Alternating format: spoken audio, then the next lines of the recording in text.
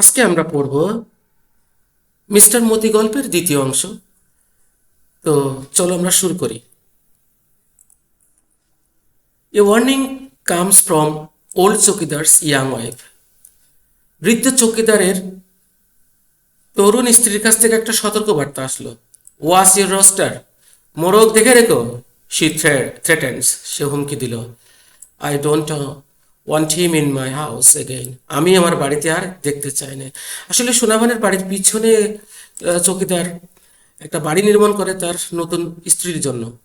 সেই বাড়িতে হয়তো মোরগটা মাঝে মধ্যে যেত। তারই ধারাবাহিকতায় চৌকিদারের স্ত্রী হুমকি দিয়ে যায় সোনাভানকে। If someone touches my boy, কেউ যদি আমার ছেলেকে স্পর্শ করে, Sonabhan response, they will see the consequences. কেউ যদি আমার বা ছেলেকে স্পর্শ করে, তারা এর ফলাফল টের পাবে। She grounds Moti for an entire day, সারাটা দিন মতিকে আটকে রাখে। ইট মেক্স হিম স্যাড, এতে মতি কষ্ট পায়। হিজ ফরলোন ক্যাপটিভিটি ক্রুসিফাইস হার, তার এই একাকী বন্দিত্ব সোনাভানকে কষ্ট দেয়।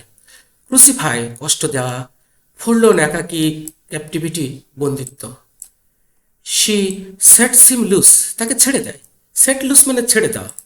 দ্য ফলোয়িং মর্নিং, পরের দিন সকালে। আসলে চৌকিদারের স্ত্রীর উপরে রাগ করে সে মোরগকে আটকে রাখে, মতিকে আটকে রাখে। মতি কষ্ট পায়, সে নিজেও কষ্ট পায়।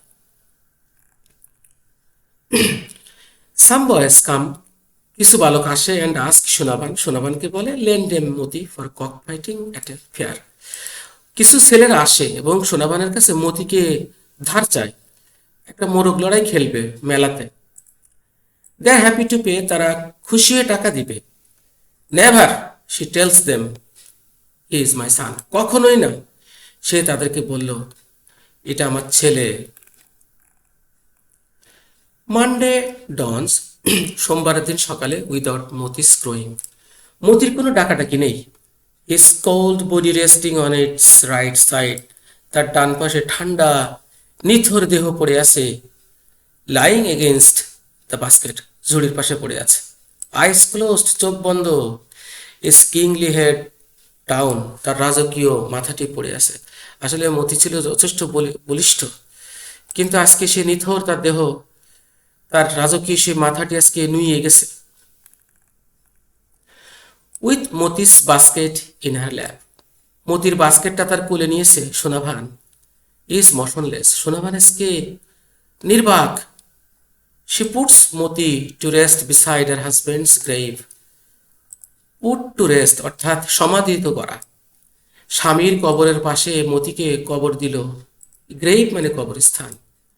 সে সাইজ, সে দীর্ঘশ্বাস ফেলল। Plods across the empty yard, খালি বারান্দায়, খালি উঠানে হাঁটলো। স্টেপস ইন্টু দি ভ্যারান্ডা, বারান্দাতেও হাঁটলো। Crawls into the empty home, ধীরে ধীরে খালি বাড়িতে হাঁটলো।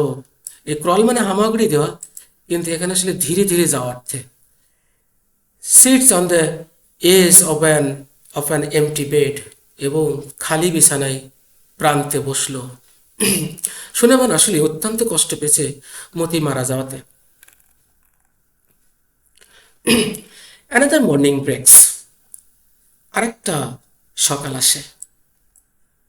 নুন and afternoon come and go, দুপুর বিকাল আসে যায়।